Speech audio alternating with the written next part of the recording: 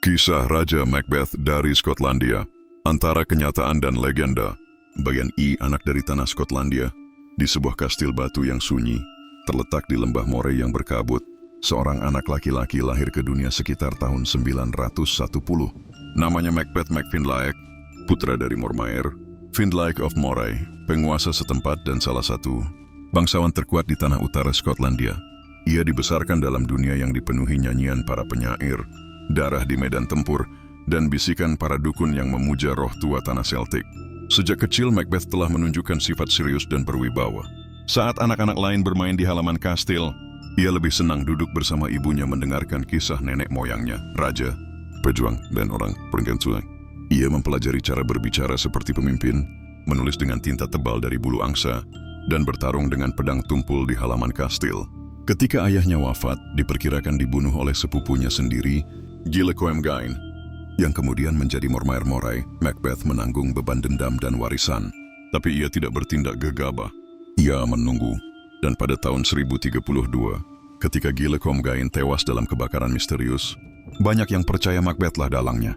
Tidak ada yang bisa membuktikannya, dan tidak ada yang cukup berani untuk bertanya langsung. Ia segera menikahi Gruach, seorang wanita bangsawan keturunan raja. Kenneth Drill, ia juga merupakan janda dari Gillecomgain, menjadikan pernikahan ini tidak hanya strategis tapi juga simbol kekuatan. Bagian dua, jalan menuju takhta. Skotlandia saat itu bukanlah kerajaan yang damai. Raja Duncan Permaer yang naik takhta pada tahun 1034 adalah raja muda yang penuh ambisi, namun kurang pengalaman dan dukungan dari para Mormaer, bangsawan lokal yang setia pada wilayah masing-masing. Pada tahun 1040, Duncan memimpin ekspedisi ke Moray untuk menundukkan Macbeth, namun ia tidak pernah kembali ke selatan. Dalam pertempuran berdarah di dekat Elgin, Duncan terbunuh. Ada yang mengatakan ia gugur dalam pertempuran yang adil. Ada pula yang berbisik bahwa Macbeth menikamnya ketika tidur. Kebenaran lenyap di telan kabut dataran tinggi. Namun satu hal pasti, Macbeth naik takhta sebagai Raja Skotlandia. Bagian kedua, raja yang memerintah dengan bijak. Tidak seperti dalam lakon Shakespeare, Macbeth bukanlah tiran haus darah. Sebaliknya, selama 17 tahun pemerintahannya dari tahun 1040 hingga 1057, dikenal sebagai raja yang kuat, adil dan religius. Ia melakukan ziarah ke Roma pada tahun 1050, hal yang amat jarang dilakukan Raja Skotlandia kala itu. Di sana, ia memberikan emas kepada kaum miskin dan memperkuat hubungan gerejawi. Ini menunjukkan bahwa Macbeth bukan hanya penguasa tanah, tapi juga pelindung iman. Macbeth juga dikenal mendukung para biarawan, memperkuat hukum dan ketertiban, dan menjaga stabilitas di antara para bangsawan yang sering saling berperang. Ia memerintah dengan tangan kuat tapi tidak kejam, memastikan wilayah kerajaan tetap aman dari serangan luar, terutama dari Inggris dan Norwegia. Bagian Ivy, bayangan Malcolm dan akhir sang raja. Namun sejarah tidak memberi ruang damai terlalu lama. Malcolm Canmore, putra Duncan, tumbuh dalam pengasingan di Inggris. Dengan dukungan dari Raja Edward sang pengaku, ia mengumpulkan pasukan dan kembali ke tanah air dengan niat merebut takhta ayahnya. Pada tahun 1054, Malcolm dan Macbeth bertempur di Dunsinane. Meski kalah, Macbeth berhasil melarikan diri dan mempertahankan sebagian wilayah kekuasaannya, namun waktu terus mengejarnya. Epilog antara bayang-bayang dan kebenaran. Ratusan tahun telah berlalu sejak jasad Macbeth dikuburkan di Pulau Suci Iona, tempat para leluhur kerajaan beristirahat dalam damai. Namun meski tubuhnya menghilang dalam pelukan tanah, namanya tetap hidup, kadang dipuja, kadang dihujat, dan seringkali disalahpahami. Setiap malam ketika panggung teater di London menyala, ketika suara guntur buatan menggema dan 3 penyihir berbisik di balik kabut buatan, Macbeth muncul kembali. Namun bukan sebagai raja religius atau pemimpin bijak, melainkan sebagai simbol ambisi yang menghancurkan. Shakespeare, dengan pena tajamnya, telah mengubah sejarah menjadi puisi dan kenyataan menjadi mimpi buruk. Ia menulis, "Life's but a walking shadow, a poor player, that struts and frets his hour upon the stage, and then is heard no more." 3 tahun kemudian, pada tahun 1057, di pertempuran Lumphanan di Aberdeenshire, Macbeth gugur dalam pertempuran. Ia jatuh tidak sebagai tiran, tapi sebagai pejuang sejati, mempertahankan haknya atas mahkota. Ia dimakamkan di Iona, tempat peristirahatan para Raja Skotlandia. Sebuah kehormatan yang tidak diberikan pada mereka yang dianggap pengkhianat. Bagian V, warisan dan bayang-bayang Shakespeare.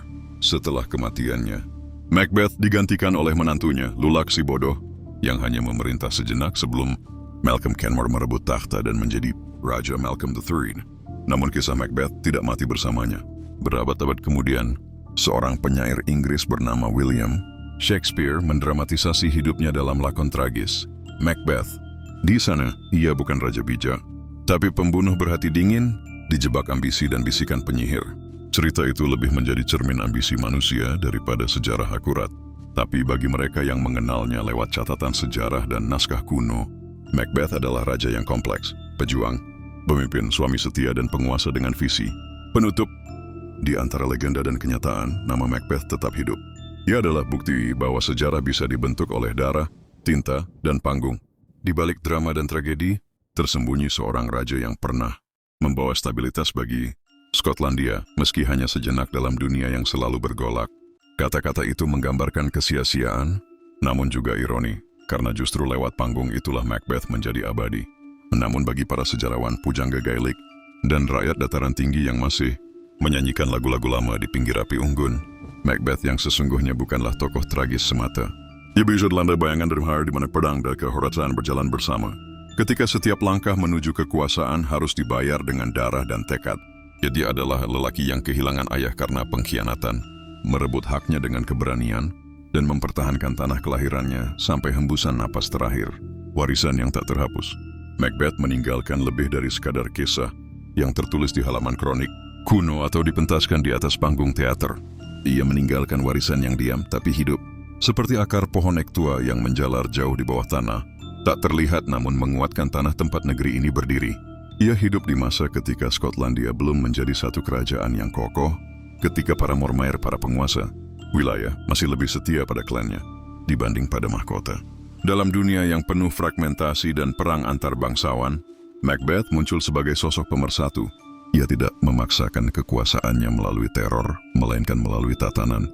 Ia mulai membentuk gambaran tentang Skotlandia sebagai suatu kerajaan yang terorganisasi, bukan hanya kumpulan wilayah yang disatukan oleh ketakutan.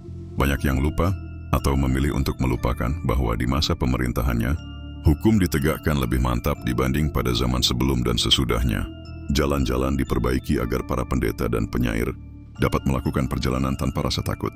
Biara-biara mulai menerima perlindungan langsung dari istana. Tanah-tanah suci tidak lagi mudah dirampas oleh tangan-tangan serakah bangsawan. Ia melakukan sesuatu yang luar biasa untuk seorang raja Skotlandia di abad ke-11. Ia melakukan ziarah ke Roma, kota yang menjadi pusat dunia Kristen saat itu.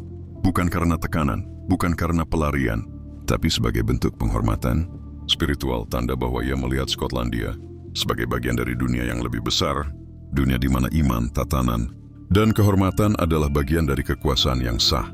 Di sana, ia memberikan emas kepada fakir miskin dan menjalin hubungan dengan takhta kepausan. Ziarah itu adalah lambang bahwa kekuasaan tidak hanya soal pedang dan mahkota, tapi juga soal jiwa dan kemanusiaan. Ia juga dikenal sebagai pelindung gereja dan pemimpin yang mendukung pendidikan keagamaan, sesuatu yang jarang diprioritaskan pada masa ketika pedang lebih sering berbicara daripada kitab suci. Di bawah pemerintahannya, liturgi berkembang, dan hukum-hukum adat diperkuat agar rakyat kecil tak selalu menjadi korban kesewenang-wenangan bangsawan. Banyak pula yang melupakan bahwa ketika ia menikahi Lady Gruach, seorang wanita dari keturunan kerajaan Kenneth, ia tidak hanya mengamankan posisinya, tapi juga menciptakan ikatan dinasti yang kuat. Pernikahan itu bukan sekadar taktik politik, tapi juga usaha untuk menciptakan pemerintahan yang sah dan berakar dalam silsilah.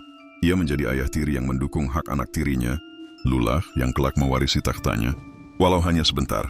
Ironi terbesar dalam sejarah adalah bahwa Malcolm Canmore, raja yang menggulingkan Macbeth dan menjadi simbol pemulihan keadilan, justru meneruskan banyak sistem dan kebijakan yang ditanamkan Macbeth.